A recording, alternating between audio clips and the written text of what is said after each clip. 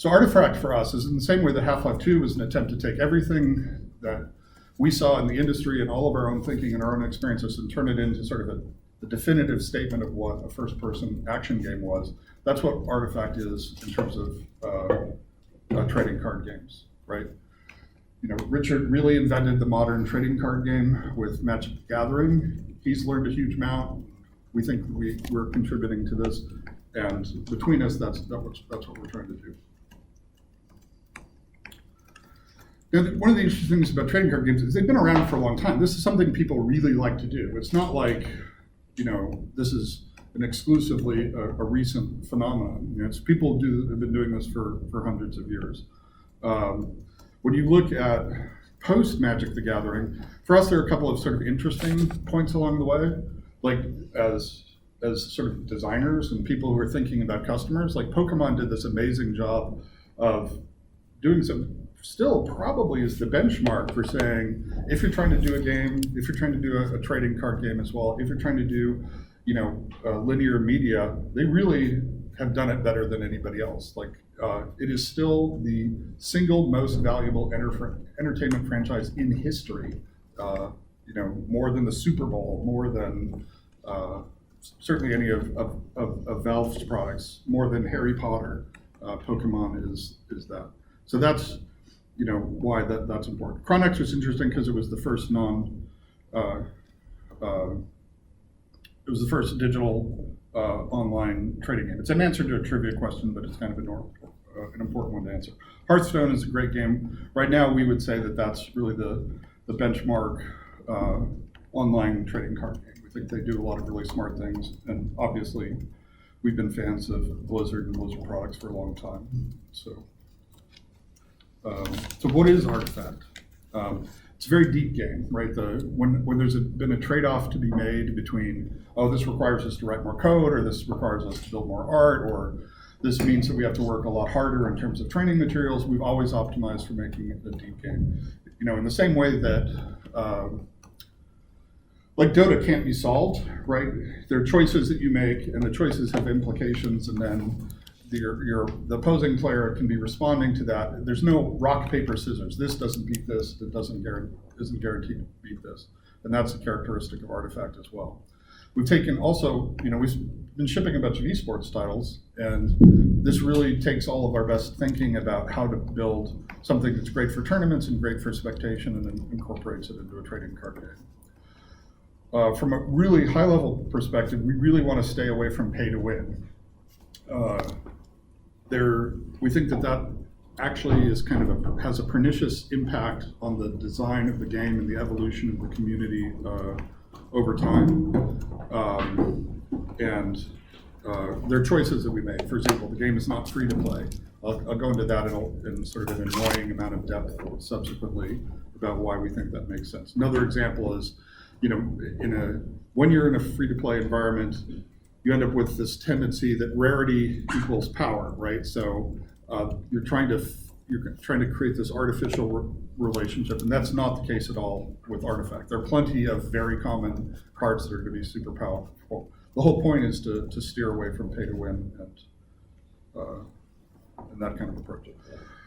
Sort of the core value, or the core, it's like one of the design trips, I guess is the right way to say it. So we always want to reward investment. You always want to feel like, as a player, that for each aspect of Artifact, the more time you spend on it, that you're getting better at it and that you're enjoying it more.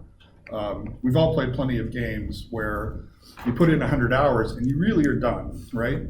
If you played another 100 hours, you're still going to be playing it pretty much the same way you were at that point. You're not really feeling like you're improving. You don't feel like you're being rewarded for the time and effort that you're putting into it. So I use Dota because I think most of you have played Dota. So in my case, I put in over 10,000 hours of Dota, and I'm still convincing myself, although some people around here may disagree, I'm still convincing myself that I'm becoming a better player. Like right now, I'm obsessed with a single aspect, which is when I play, I'm super focused on denies, right? And that's just one of those things that as a Dota player you do. It's like you loop back, right? I remember, 9,950 hours ago when I started trying to figure out how to do denies. But now I've circled back again, and I'm really convinced that if I can get a little bit better, that it's going to have an impact, and that my enjoyment of the game and my skill in the game are going to get better. That's the same thing we're trying to achieve with Artifact. If you're into deck building, you're going to feel like depth building has enormous depth, right? That there are a bunch of interesting choices you can make. It's not like everybody just automatically is going to know what the correct answer is. You're going to feel like, wow, I actually learned something, or I watched somebody else build a deck, or I tried some stuff. My deck building is getting better. We're going to want to feel like you're going to be rewarded for actually searching for, the marketplace for deals and things that you're interested in. Playing it, studying it, watching it are all things that are going to reward you to the degree that you put that in. So that's an important characteristic. And hopefully after you have a chance to play and after you have a chance to see the pros play, you'll start to get a sense of how that's actually instantiated in the game. Has high production values. I'll talk about this a little bit more, but it uses the Source 2 engine, which probably sounds like it's a little overpowered for a card game, but I think when you see the game, you'll realize how that translates. The only single player component to it is there's an AI that's going to teach you how to play the game, right? There's no campaign. It's not intended to be a single player game at all, other than to prepare you for multiplayer. It has a bunch of novel mechanics, things that just haven't been seen in trading card games before. Like, there's stuff in there that Magic the Gathering player will look at and go, oh my God, that breaks a whole bunch of stuff in my model for how this stuff works. There are going to be a bunch of consequences. There are going to be a bunch of choices I make. There are going to be a bunch of strategies that are affected by these kinds of mechanics. You see that as you play. We think a lot about economy. So when we talk about packs, what we're really talking about is users injecting value into the shared economy that everybody has. And so I'll talk about that, where the process of doing that is supposed to be have benefits above and beyond just the fact that you end up with a bunch of cards. It has to be something that your purchase of cards makes other players' lives better. As I said before, deck building is in and of itself a significant experience. So economy, marketplace, and workout, we'll talk about that more, as well as the fact that it's much free to play. So talking with Richard, so the original Magic the Gathering players typically were spending about $400 a year on cards, right? That's just kind of a concrete number. So when you think of the fact that people are acquiring assets, right, you start to worry when you think of these things the way we've learned to think about them. How do you preserve that value, right? You don't want people to say, I've accumulated a bunch of assets, and they're constantly being depreciated. I don't want to find out that the cards have gone to zero value because of some design decision you've made, or because I can't exchange them for other people. So a market is one way of increasing the value of an asset. In nerdy terms, there's a liquidity premium that are associated with assets.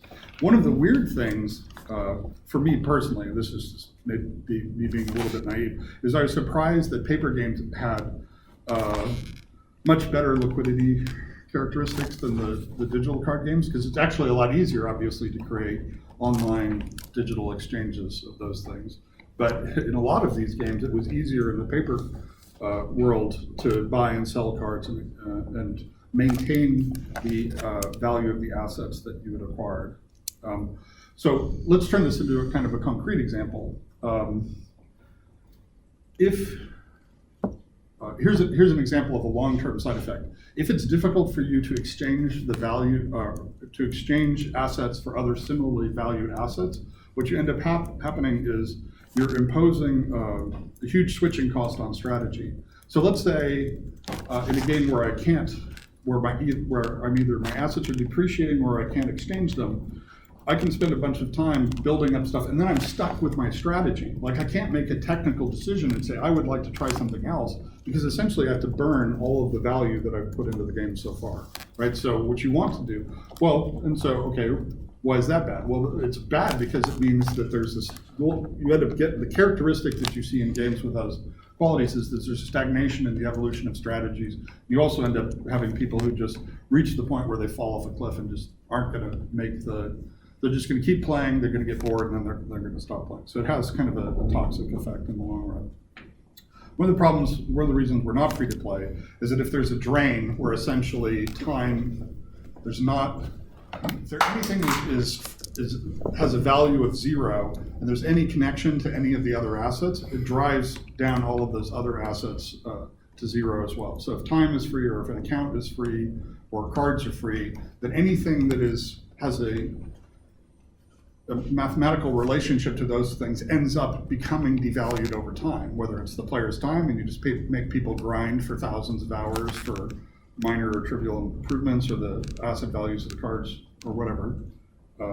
That's a consequence. So you don't want to create that flood of free stuff that destroys the economy and the value of people's times and assets. So I'm avoiding talking about the game because this is all background stuff for when you actually see the game. So we do think tournaments and spectation are going to be super important. We're going to start off by having, similar to the original international that we did for Dota, there's going to be $1 million tournament that will actually happen Q1 of next year. There are also going to be automated tournaments. So the system will automatically build tournaments where it's trying to figure out how to create the most entertainment value for groups. So it'll look through the space of players and try to create tournaments that pull people in so they're actually getting the greatest aggregate value out of that. There'll also be professional tournament tracks the same way that you see professional tournament tracks in TF and CS and Dota. And the spectation in the client should be very high quality. So there'll be, you have sort of the baseline Twitch stream where you're just looking at the same thing that the player is saying, and that's fine for people who want to do it that way. But we think that spectation is a lot more interesting, especially as the pros evolve their strategies. There's a bunch of live stats. You as the observer want to flip through both players' desks. Rather than just having the vision of an individual player, there are a bunch of things that make spectation a lot more interesting than just seeing what each player is seeing. As I said about packs, an economist would say that you need to have positive externalities, not just red extraction. So it's a spectatable event, and there are also like specific game modes. You guys are familiar with like draft and seal deck tournaments, right? So those kinds of concepts are embedded in our thinking about the packs. And an important thing is that the more the community puts into the assets that they're accumulating, that then feeds into things like the compendium does in Dota 2, where if people buy a bunch of packs, that translates to a bigger tournament pools or other ways in which revenue gets fed back to the community. As I said before, Artifact uses Source 2. The interesting thing about that is it also means that now that Source 2 is running on iOS and Android. So it's kind of cool. It's just kind of a milestone for us in terms of, okay, well, you can actually run Dota 2 on an iPad right now. You wouldn't want to because the input is wrong and the performance isn't there. But that is a kind of a cool milestone in terms of Source 2's development that we're running on those devices now. Now, Artifact uses the Dota 2 world, but it's important to understand the requirement for for Artifact was to build the best possible card game, right? It wasn't to build a Dota 2 card game, right? The Dota 2 teams didn't say, oh, look, everybody else, they've got card games, we should have one too.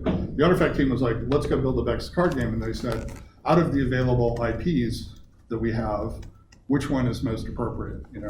We could use Half-Life, we could use TF, we could create our own. And the answer was that the Dota 2 IP actually had a bunch of characteristics and a bunch of lore and a bunch of community value that made it really attractive to use. And Artifact will be sort of at the same level of Dota 2 in terms of evolving that. So, a bunch of the storytelling, a bunch of the lore about that world is going to come in Artifact. there'll be plenty of cases, and you'll actually see some new heroes in Artifact today that will actually end up going back into Dota 2. So it's not like one is the leader and the other is the follower. They're both sort of equal participants in that world. Does that mean you considered a CSGO card game? We're not building a Dota 2 card game, right? We're building a card game, and CSGO doesn't. I mean, you could probably build a card game that uses some of that, but you'd be building a very. It isn't clear to me that it would be a very interesting card game. So the key is, the first thing to do is to figure out how to build a cool card game. It's not to say, oh, we have these properties, let's build card games for each of them, right? It's, that wouldn't be super interesting. It's not free to play. It's not a paper game, so there's not going to be a paper version of it. You'll see when you're playing. There are plenty of cases where you'll end up in situations where it would just be really, really difficult to do a paper version of what we can do with a game, right? You can end up with 100 units in a lane, and you're just not going to do a paper game that has those kinds of characteristics. There's a bunch of interesting state and abilities that would be difficult to keep track of, and it's so we decided fairly early on that was a constraint that we would relax. We wouldn't try to figure out how to build something that was also a paper game. As I said before, there's no single player campaign. We're not trying to build something that is for one person. It's always something that you're going to be playing with other people. The reason that I'm doing this is it's interesting if you're trying to understand how we think about this, it's interesting to know both what we think and how we're setting it out, but also what we're not, right? It's like we're doing this, but we're not doing this. It sort of helps clarify, what our decision-making process is. Like a TV show, we think Pokemon's awesome, right? We think that there's some really clever stuff that they did. We think that the TV show is an important part of that. We're not trying to do that, right?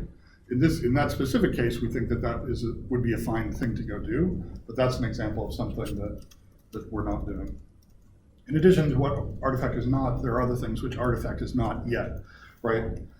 So we know that these are things we know we need to do and we will do, but we just won't do them in the first release. It's not a moddable platform. I mean, if you look at what Artifact represents, it's a really powerful set of tools, and mod makers will be able to do all sorts of crazy stuff. Like a mod maker could absolutely go and build a Counter-Strike version or